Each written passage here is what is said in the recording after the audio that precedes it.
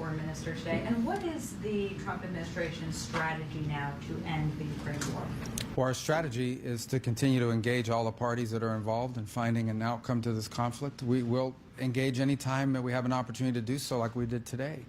I echoed what the President has said, both disappointment and frustration at the lack of progress in peace talks or in a path forward.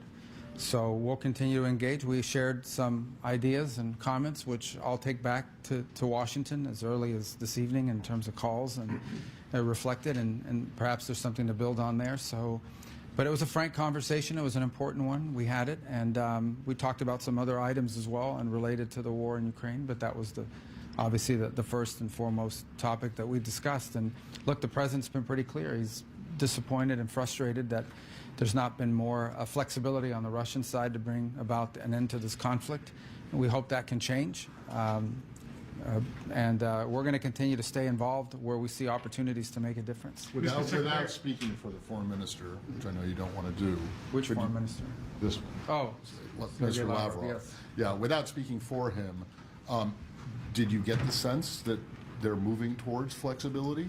Or yeah, I'm not going to characterize our conversation other than to tell you that I expressed what the President has said publicly, which is that we feel as if we've dedicated a lot of time and energy to this matter, and just not enough progress has been made. We need to see a roadmap moving forward about how this conflict can conclude.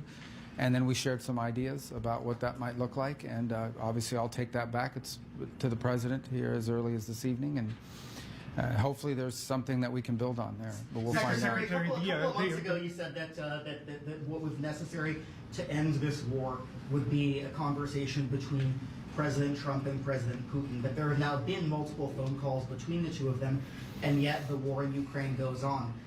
Does this speak to any weakness in terms of the President's ability to negotiate an end to this conflict, or why does it persist despite them having spoken? Well, this is a war that the President inherited, right? He got elected and it had already been going on, and no progress had been made to that point towards peace of any kind.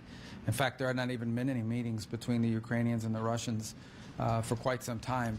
So while there's been some humanitarian exchanges made, obviously that's our goal here, is to end this war and any role we can play. So this is not a